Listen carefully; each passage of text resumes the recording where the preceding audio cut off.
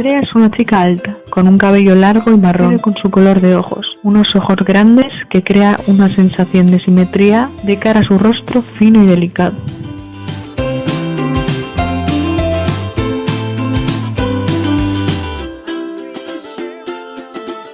Andrea se plantea si un retrato podría ser de una persona. ¿Tiene que ser necesariamente de cerca? ¿O podría ser de cuerpo entero? ¿O quizás de un detalle?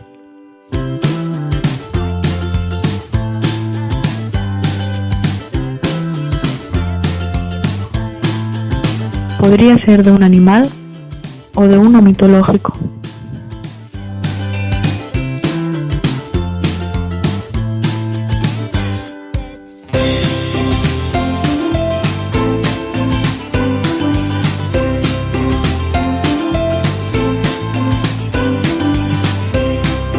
¿Podría ser a través de unos objetos que representen a alguien?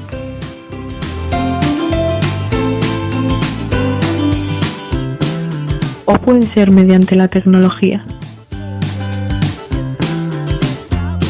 ¿Podría ser algo abstracto?